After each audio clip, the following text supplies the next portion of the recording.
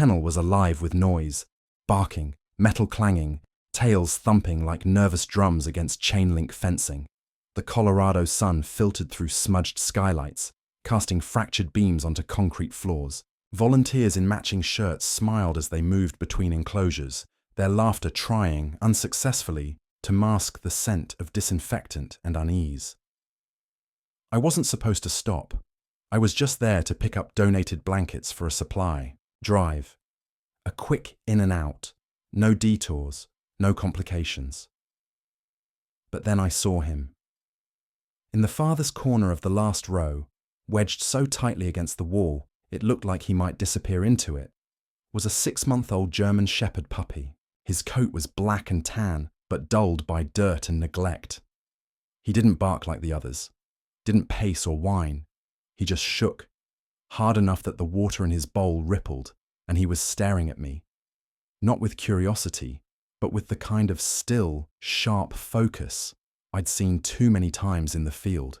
Not the look of fear exactly, but of someone who's learned that even stillness might not save you. His eyes were dark and wide, glassy like marbles, but there was something unmistakably human behind them. They were locked on mine. I took a step back.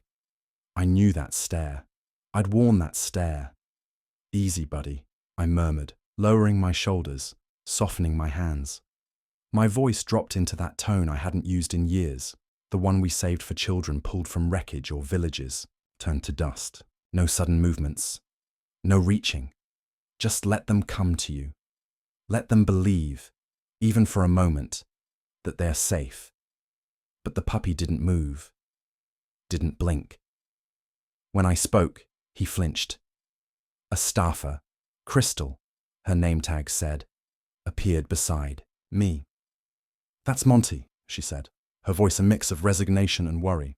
"Someone left him behind a gas station last month. Took hours to catch him.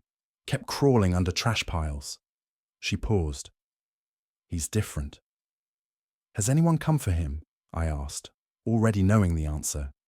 "No, he only comes out when the night cleaner sings." Monty hadn't looked away. I wasn't there to adopt. I didn't need a dog. Hell, I could barely take care of myself some days, but something inside me, some muscle memory of rescue and damage, and the quiet bond between survivors, spoke before I could stop it. "What would it take to get him out of here?" I asked. "Just for the weekend." Crystal blinked, surprised.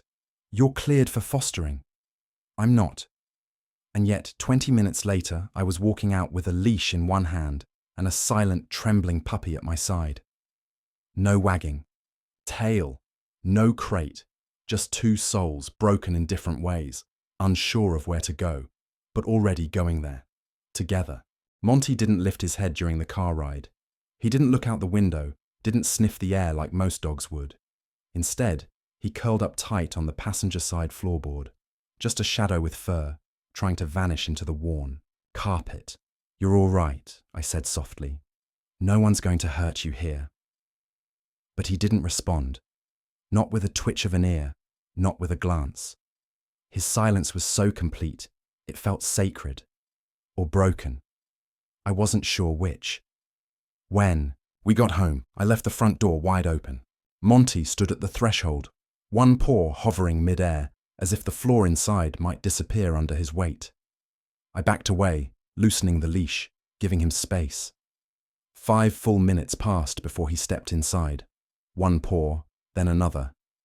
And went straight under the kitchen table, where he lay down, eyes open, body tight. I didn't call him out. I didn't try to lure him. I just sat on the floor with my back against the wall and waited. We were two creatures frozen by different wars, breathing in the same quiet. And in that moment, I didn't feel like his rescuer. I felt like his mirror. Monty didn't touch his food that night, or his water. He barely moved. I didn't sleep either. Not because he was restless, he wasn't, but because I kept listening for him, imagining every creak in the house was him fleeing, disappearing. At 2:17 a.m., I heard it. A whimper, small, fractured, the kind of sound that leaks from wounds. "You can't see." I didn't move. I didn't speak. I just whispered, "Me too." By morning, his food bowl was still full, his body still tucked tight beneath the table. When I walked into the kitchen, he shrank deeper into the corner, pressing himself into the baseboard like he could become part of the wall. I crouched low, avoiding direct eye contact, and nudged his food bowl an inch closer. "It's okay," I murmured. "You don't have to trust me, just don't give up." Nothing, just those dark eyes, watching. Waiting, I poured a cup of black coffee, sat above him at the table, and opened a book I knew I wasn't going to read. I stayed still. I let the air be calm, let him decide. 30 minutes passed, then an hour, then I heard it, a single lick, then another. I didn't look down. I didn't move. By the time I finished the coffee, the bowl was half empty. I stood up slowly. Monty flinched, but it was different this time.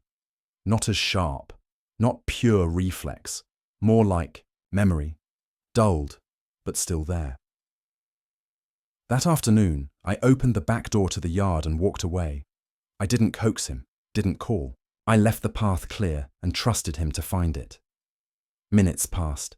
Then I heard the cautious steps on tile, the soft creak of the screen door easing open. When I turned my head just slightly, I saw him in the doorway, half in, half out, like he wasn't sure if the world outside was real. I sat on the porch steps, facing away, watching the wind stir the pine trees.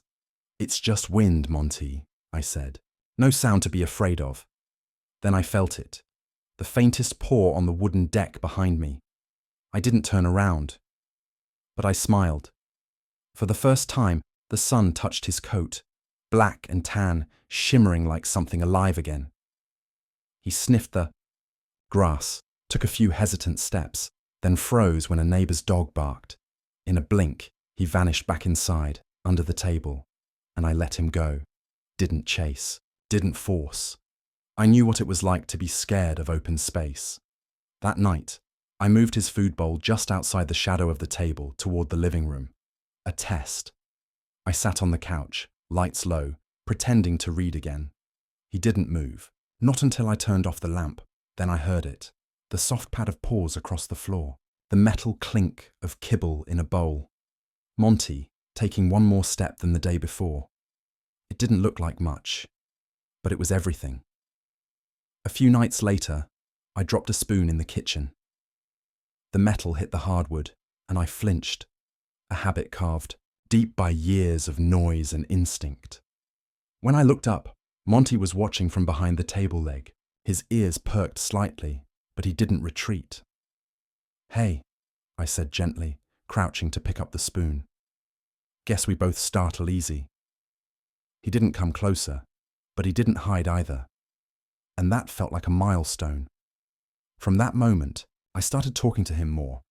Not orders, just thoughts. Stories I hadn't said out loud in years. I told him about Kandahar and monsoons, about squishy boots and the friend I lost the week before my last deployment ended, about my mum's pot roast, about how I still couldn't cook rice without ruining it. Monty listened. From the shadows, he listened. And somehow, that listening began to change everything. It was on the fourth morning that Monty stepped out into the open. No fanfare, no barking, no dramatic leap. Just a soft presence at the edge of the kitchen while I cracked eggs into a pan. I didn't hear him approach. I only felt something brush against the back of my calf, and for a moment I thought it was the wind.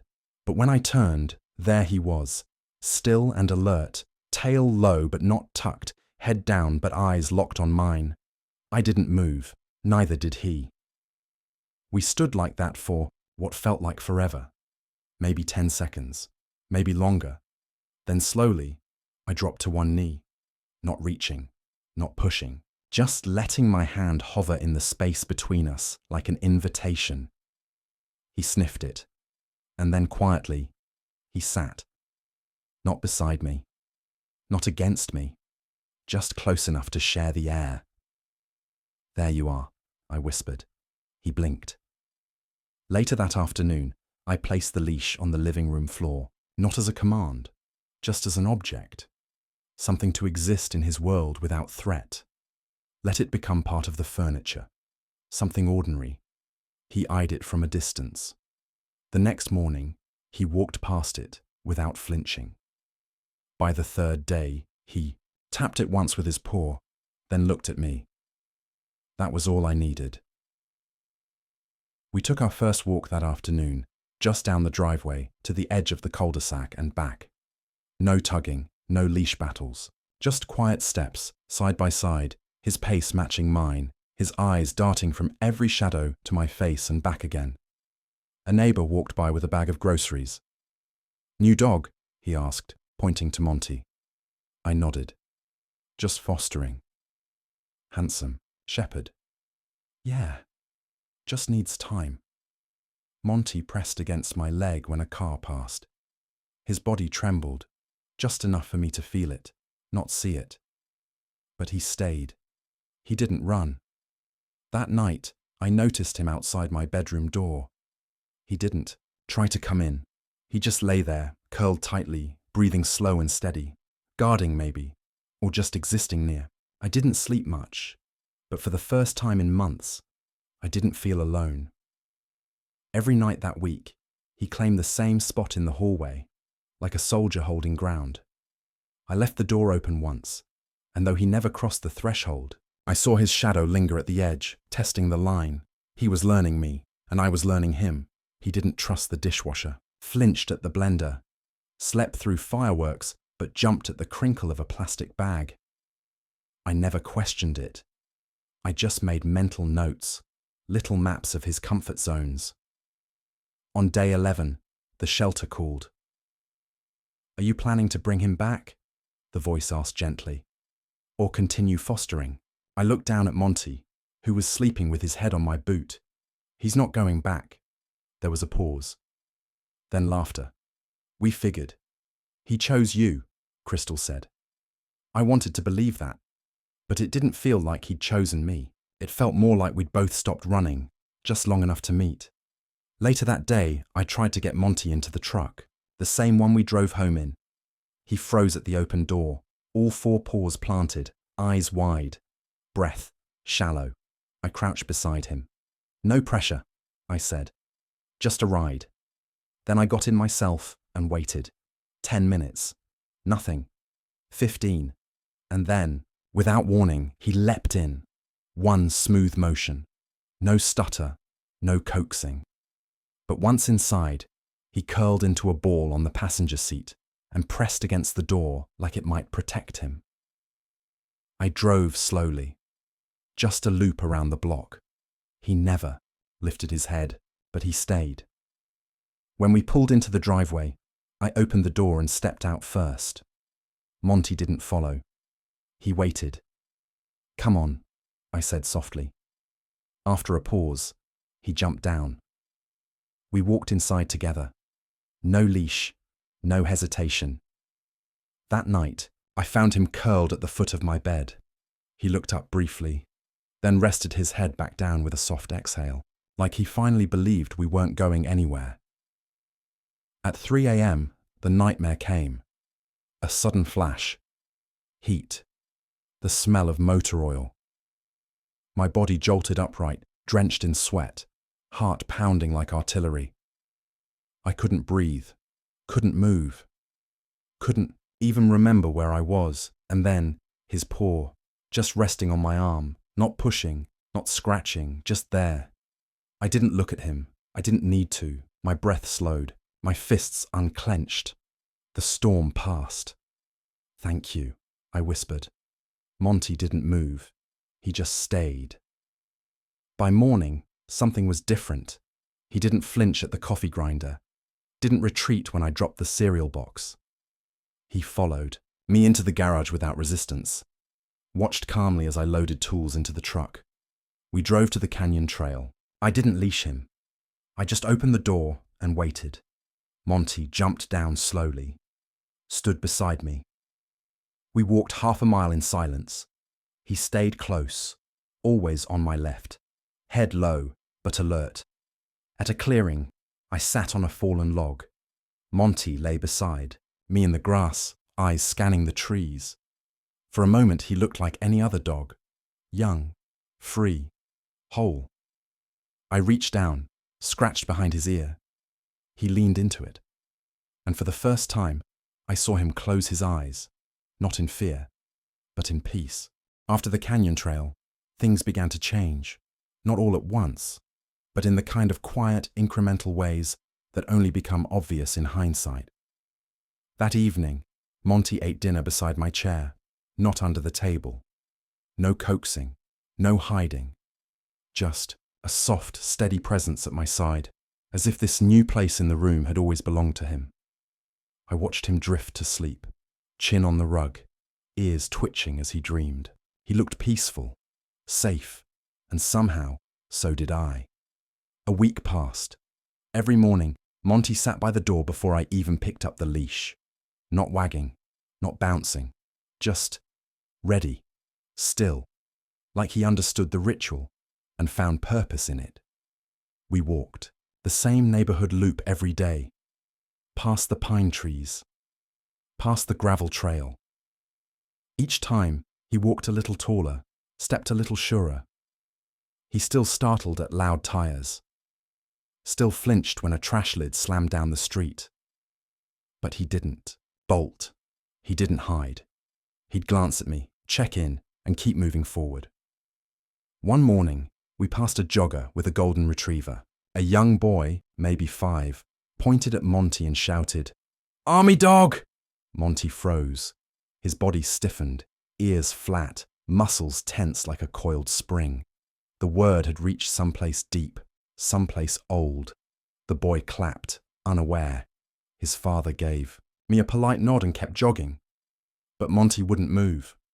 I crouched beside him, lowering my voice. "You're okay, bud," I whispered. "You're not what they called you. You're just Monty now." He looked at me, then at my open palm. After a breathless moment, he pressed his head into it. We sat on a bench nearby, letting the wind carry the noise away. His breathing slowed. So did mine. That night, something shifted again.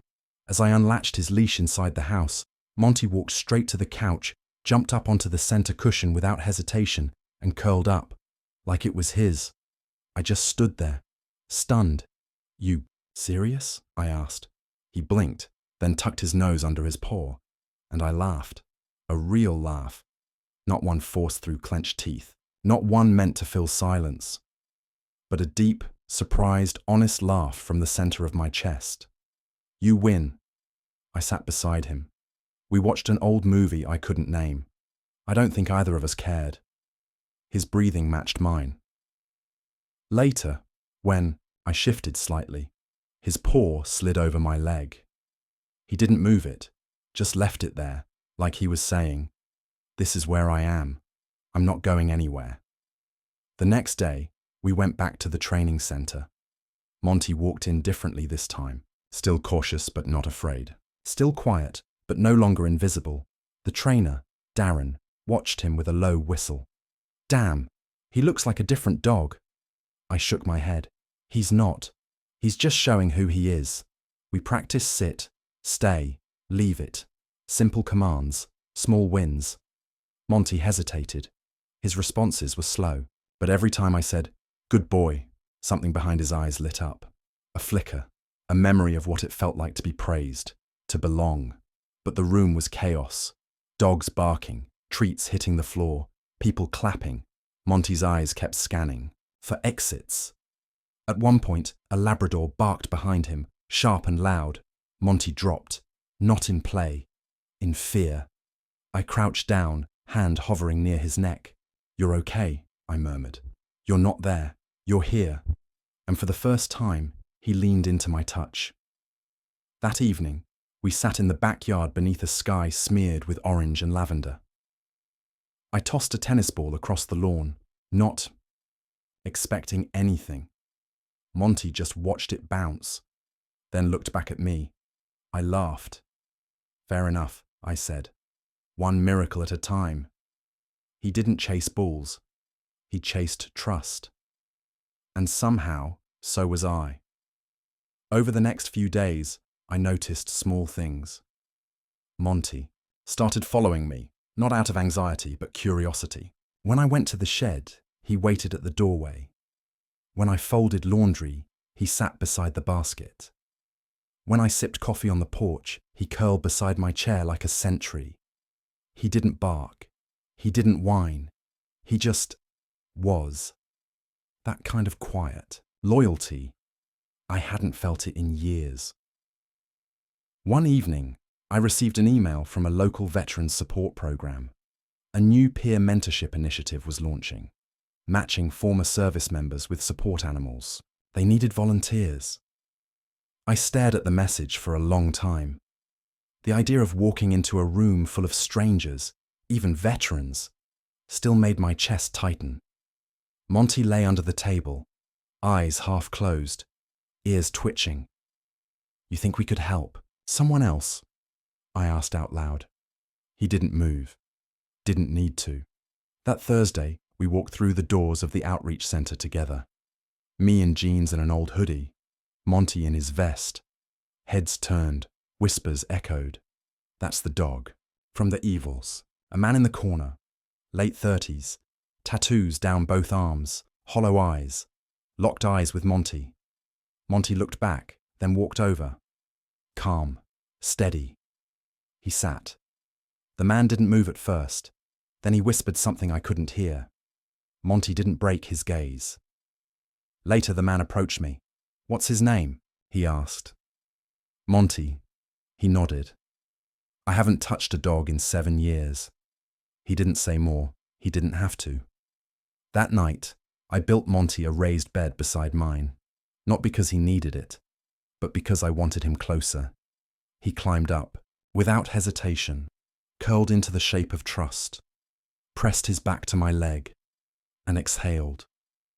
That was the first night I slept 8 full hours in 2 years. The call came on a Wednesday morning. It was the program coordinator from the Service Dog Training Center. "We reviewed your statement," she said. "Monty's behavior during emotional distress is exceptional. Would you be open to bringing him in for a formal evaluation?" "Absolutely," I said. Though the truth was, I wasn't sure if I was ready. Monty didn't need a vest to be what he already was, but the vest would tell the world. And somehow, that made it real. Saturday came fast. Monty sat in the passenger seat, upright, alert, scanning the world like he always did. When we pulled into the center, he looked at me before I even unbuckled my seatbelt, like he knew. Inside, the evaluators asked about his triggers, crowds, raised voices, sudden movement. I told them the truth. He doesn't like sudden hands, flinches if someone yells, but he doesn't run. He doesn't leave me. They tested his responsiveness, his patience, his command following under pressure. He passed everything. But the part that made the room fall silent was the simulation. They asked me to sit in a chair and relive a panic episode, let the anxiety rise just enough to feel real. I didn't fake it. I didn't need to. I let the breath tighten in my chest, let the memories edge in. And Monty, he didn't bark, didn't panic. He simply walked over and pressed his body to mine, then laid his head across my lap, still, grounded, real. One evaluator blinked twice. Another whispered, "That's not training, that's instinct." And I knew. Monty wasn't becoming a service dog. He already was one. That night, back home, I opened the plain brown box that had arrived that afternoon. Inside was a vest. Navy, blue, nylon straps. On the side, stitched in clean block letters, PTSD service dog. Do not distract. I didn't move for a while, just looked at it. Monty circled the table once, then sat and stared at me. Calm, quiet, ready. I knelt beside him. "You earned this," I whispered. He didn't flinch when I buckled it. Didn't shift, just accepted it. like the final piece of armor sliding into place. We took our first public walk that afternoon, a hardware store, bright fluorescent lights, clanging carts, people talking over each other. Monty stayed beside me, every step, every turn, focused, present. At the register, the cashier leaned over. "He's beautiful," she said. "You must have trained him for years." I smiled. He trained me. Outside, I opened the car door. Monty waited. I tapped the seat, and he jumped in like he'd done it 1,000 times. No hesitation. That night, I opened an email I'd ignored for months. From the local Veterans Center, an invitation to speak, to share our story. I almost closed it, but then I looked at Monty, resting at my feet, head on his paws. "You think we should do it?" I asked. He didn't move. Didn't need to. We showed, up the next Thursday. Just like before. No fanfare. Just quiet steps through familiar doors. This time, people watched him with recognition. A man in the corner pointed. "That's the dog from the evals." Word had gotten around, but Monty didn't care. He wasn't there to be a symbol. He was there to sit, to listen, to just be. Ben, one of the guys who hadn't said a word in 3 weeks, asked if he could walk Monty to the courtyard. I nodded. They were gone 15 minutes. When they returned, Ben's eyes were red. He didn't say why. He didn't have to.